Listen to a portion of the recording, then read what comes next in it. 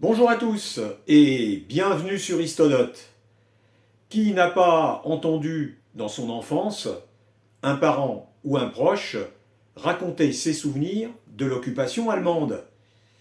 Même si celle-ci a été relativement courte, elle est restée à jamais gravée dans les mémoires, mais aussi dans les chairs de ceux qui l'ont vécue. Retour sur cette période sombre pour en redécouvrir ses aspects les plus marquants.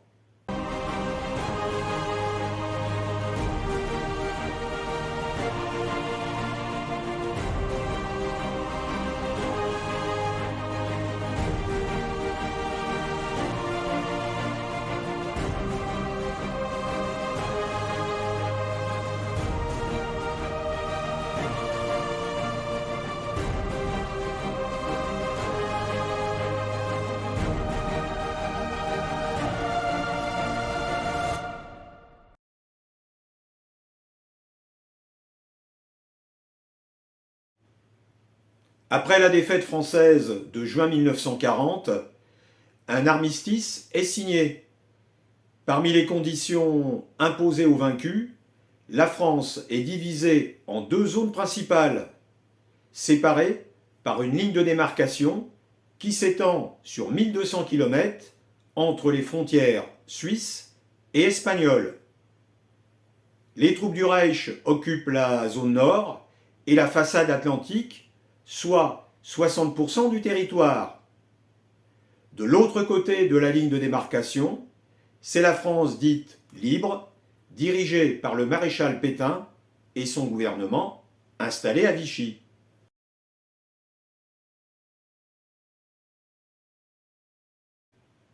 À cela s'ajoutent d'autres découpages territoriaux. Ainsi, les départements du Nord et du Pas-de-Calais dépendent du commandement militaire pour la Belgique, installé à Bruxelles. Dans l'Est, une zone interdite ou réservée, allant de la Franche-Comté aux Ardennes en passant par la Lorraine, est destinée à installer des populations allemandes en vue de coloniser ces régions, poussant des centaines de milliers de Français à devenir des réfugiés dans leur propre pays. Enfin, l'Alsace-Moselle est directement annexée au Reich.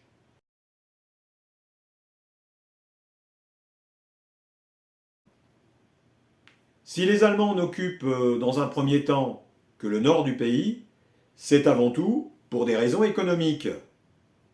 La population y est plus nombreuse et c'est là que se trouvent les principales richesses en matière d'industrie et d'agriculture. Ils disposent de plusieurs ports et contrôlent donc les côtes pour y empêcher un éventuel débarquement. C'est aussi pour Hitler un moyen de concentrer à moindre frais un minimum de troupes. Ce n'est finalement que le 11 novembre 1942 que la France sera entièrement occupée suite au débarquement des Alliés en Afrique du Nord.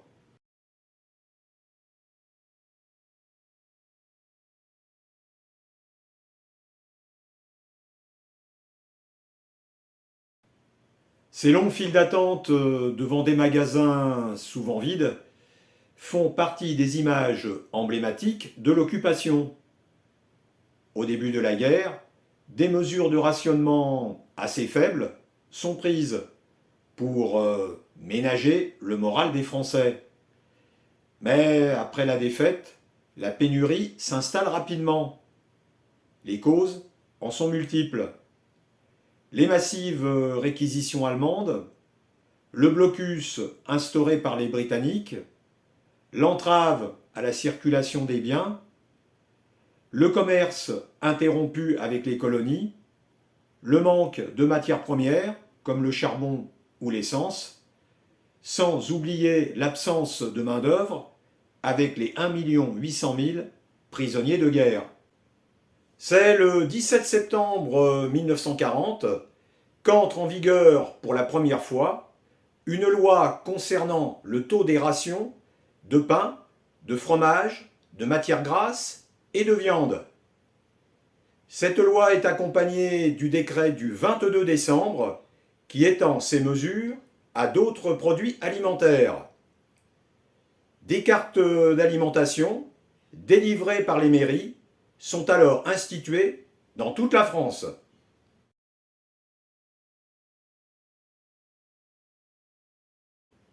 Il est prévu que chaque personne reçoive par jour entre 1200 et 1800 calories, en fonction de plusieurs critères, comme l'âge, le sexe, l'activité et le lieu de résidence. Chaque consommateur est identifié par une lettre. Cette carte est accompagnée de tickets et de coupons qui permettent d'obtenir des quantités déterminées de denrées rationnées. Le tracé et la couleur des tickets varient selon les produits, la période et les catégories de consommateurs.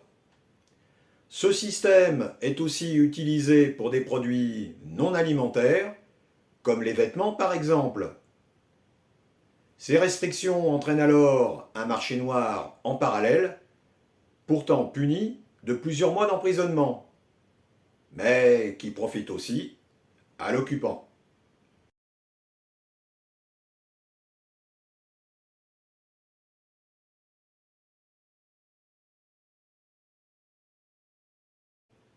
Suite à l'armistice et au découpage du pays en deux zones principales, le gouvernement français est obligé de quitter Paris.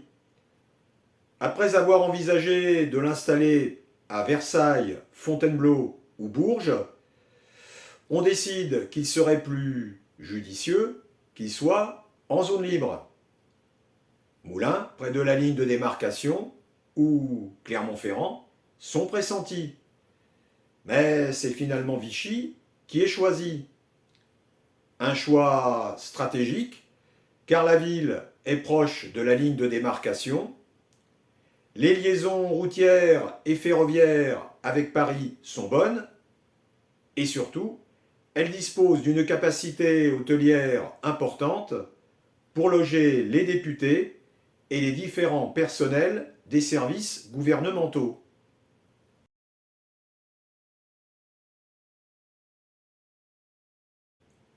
C'est ainsi que le 10 juillet 1940, au sein du Grand Casino réaménagé en Assemblée nationale, une révision de la Constitution donne les pleins pouvoirs au maréchal Pétain. C'est la fin de la Troisième République et le début du régime de Vichy. Le maréchal prend ses quartiers à l'hôtel du Parc et y installe ses appartements et son bureau au troisième étage, tandis que sa femme loge à l'hôtel Majestic, mitoyen du sien.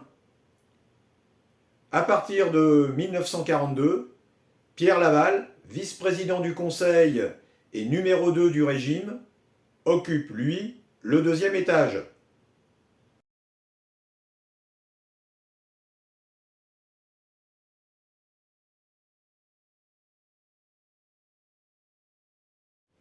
Dès fin septembre 1940, un ensemble de mesures, parfois différentes, est pris aussi bien par l'administration allemande que par les autorités de l'État français.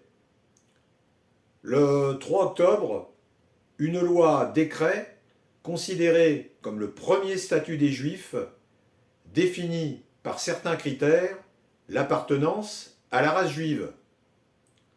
De plus, il est interdit aux Juifs français d'exercer certaines professions comme fonctionnaires, enseignants ou journalistes. Elle précède d'un jour une loi relative aux ressortissants étrangers de race juive qui autorise et organise l'internement des Juifs étrangers et qui marque le début de la politique de collaboration du régime de Vichy.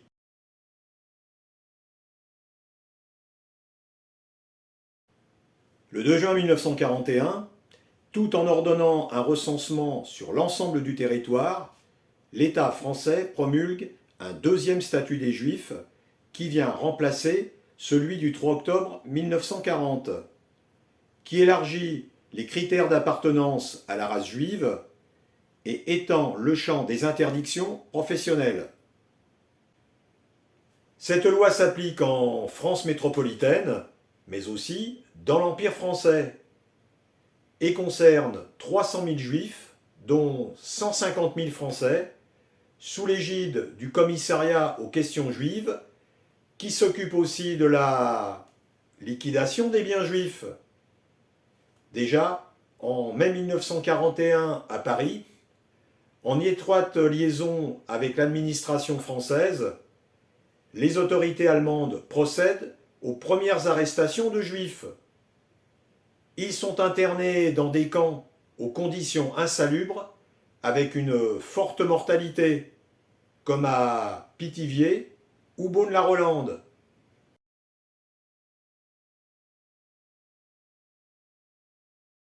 Sans oublier Drancy, point de départ vers les camps de la mort.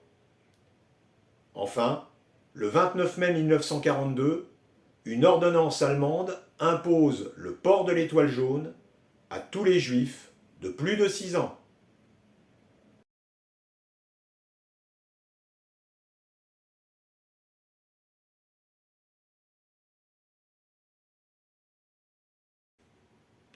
Afin de compenser le manque de main-d'œuvre dû à un grand nombre de soldats allemands envoyés sur le front de l'Est, Fritz Sauckel, surnommé le négrier de l'Europe, est chargé le 21 mars 1942 de trouver de la main-d'œuvre dans toute l'Europe et par tous les moyens. Il s'intéresse particulièrement à la France. Jusqu'alors, moins de 100 000 travailleurs français ont rejoint l'Allemagne. Sauckel exige de Laval, revenu au pouvoir, un contingent de 250 000 travailleurs supplémentaires.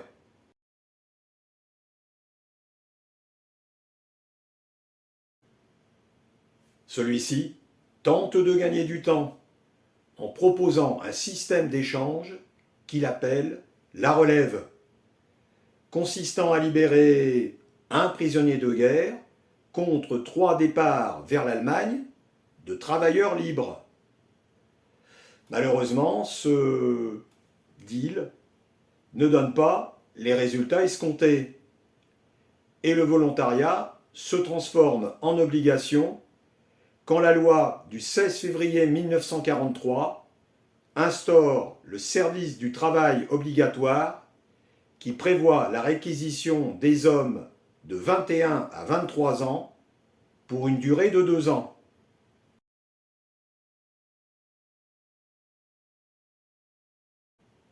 Cette loi se durcit en 1944 en élargissant aux hommes de 16 à 60 ans, mais aussi aux femmes de 21 à 35 ans, malgré l'opposition du maréchal sur ce dernier point.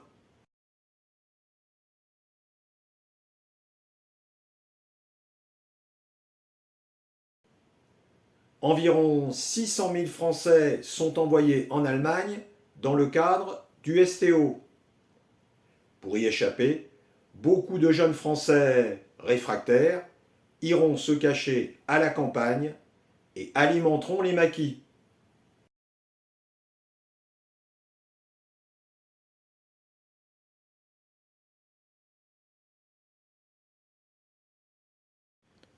Les motivations de ces collabos ne sont pas toujours les mêmes, et on peut en distinguer 3 sortes. La collaboration d'État, menée par le régime de Vichy, avec à sa tête le maréchal Pétain. Il veut régénérer la France avec son programme réactionnaire de révolution nationale, dont la devise « Travail, famille, patrie » illustre bien les ambitions. Il collabore activement avec les Allemands en mettant à leur disposition la police française dans la traque et la rafle des Juifs. Avec l'exemple de René Bousquet, directeur général de la police nationale entre avril 1942 et décembre 1943. Il serait à l'origine de l'arrestation de 60 000 juifs, envoyés ensuite vers les camps d'extermination nazis. Il est aussi le principal organisateur de la rafle du Veldiv, les 16 et 17 juillet 1942. On peut y ajouter la Gestapo française, installée rue Lauriston à Paris, et dont les plus sinistres représentants sont le truand Henri Lafont et l'ancien policier révoqué Pierre Bonny. L'ancien avocat et député socialiste Pierre Laval, numéro 2 du régime, veut réserver à la France une place de choix dans une Europe allemande. Écarté un temps par Pétain, il revient au pouvoir sur demande des Allemands et souhaite la victoire de l'Allemagne parce que, sans elle, dit-il, le bolchevisme s'installerait partout. L'amiral Darlan, patron avant-guerre de la marine française, et anglophobe comme beaucoup de marins, il devient le dauphin de Pétain. Collabore avec l'Allemagne, contribue à la politique autoritaire du chef de l'État français et autorise la création de la Légion des volontaires français. Présent à Alger en 1942, au moment du débarquement allié en Afrique du Nord, il change alors de camp, mais est assassiné par un jeune étudiant royaliste.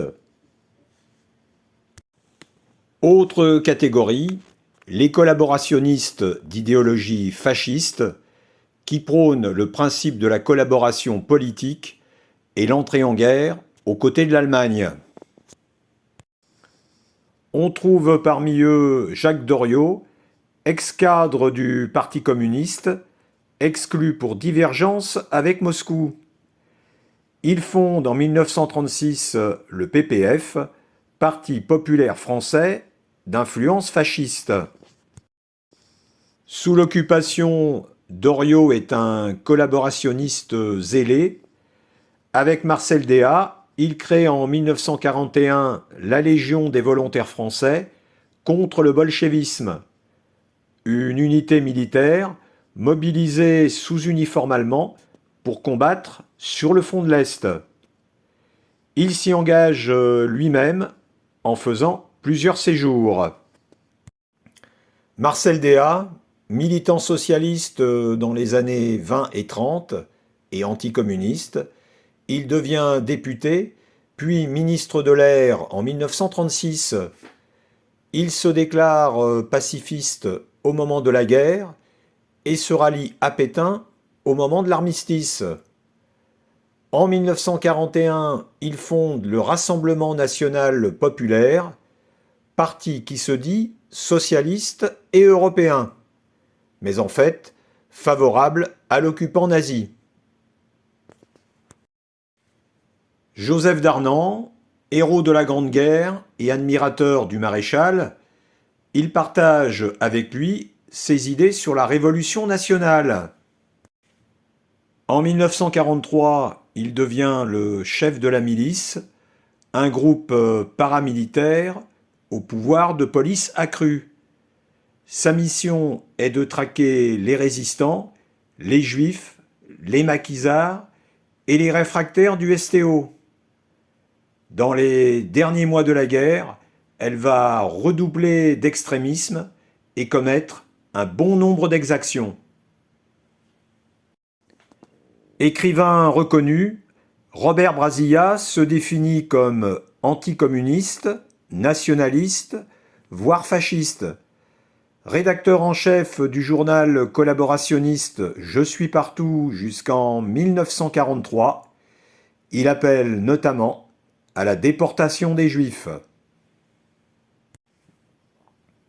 Philippe Henriot est un député de la droite catholique. Il est anticommuniste, anti-parlementaire et antisémite. Sous l'occupation, il devient pétiniste. Henriot est la voix de la propagande collaborationniste sur Radio Paris. Il est assassiné par la Résistance en juin 1944. Je vais terminer mon inventaire avec la collaboration économique de certains industriels ou banquiers français.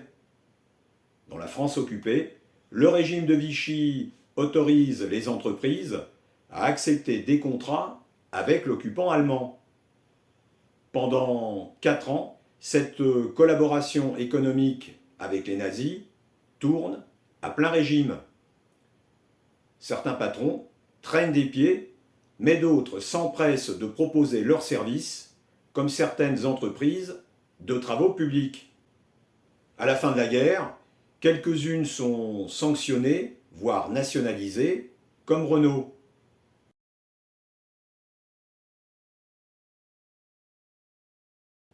Ces dernières années, des procès ont été intentés contre la SNCF pour sa responsabilité dans l'acheminement des déportés vers les camps de la mort. Enfin, certaines personnalités comme Coco Chanel ou Henri Vuitton ont été aussi dans le collimateur pour leurs relations avec les Allemands. Voilà pour ce petit tour d'horizon des principaux aspects de l'occupation.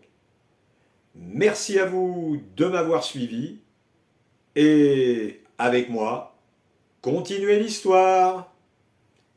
Salut!